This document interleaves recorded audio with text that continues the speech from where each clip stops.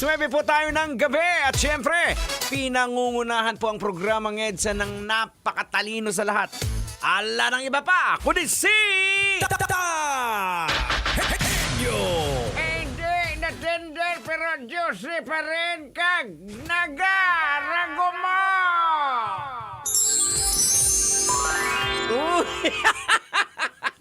Siyempre mga kabisyo, kasama rin po niyo abang lingkod, yours truly, the one and only, the prodigy of Tanghenyo, Diego Bandido. Pag may buhok, hindi ako yan!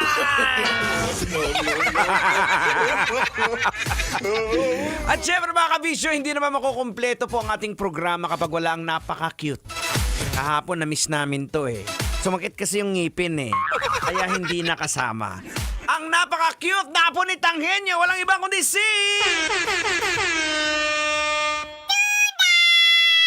Hello po, mga kabisyo. Magandang gabi po sa inyong lahat. Ako po si Duday, ang batang makulit at ang batang mahilig sa cupcake. Teka lang. Naging cupcake ngayon yung tumududay. Kasi po, sumakit po yung ngipin ko dahil binigyan niyo po ako ng donut. Kasalanan niyo po. Pambihira! Kanan ko wala tayong patutunguhan dito eh. Pambihira naman eh. Aray! Bakit ka naman matokdang? Ay, peste ka, kalbo. Ikaw pala yung dahilan kung bakit sumakit yung ngipin ng apo ko. Pinakain mo ng donut. Aray!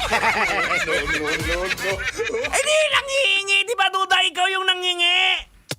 Opo, pero naman po, ang dami-dami at masyadong matamis yung binigay niyo. Kaya ayun, nagsakit yung teeth ko. Kasalanan niyo po. Pambihira naman. Wala man ako matutunguhan sa inyo eh. Pambihira. Aray! Ano, bakit? Papalag ka? Bitawan mo tenga ko. Argoy. Ang bihira naman. Ikaw naman, manong driver, tawa ka naman tawa eh. Parang gusto mo ako sinasaktan nata dito eh. Ang bihira, tuwang-tuwa kayo ah. Kalbo na nga ako tapos gusto niyo pa masaktan ako. Bihira naman oh. Anyways mga kabis.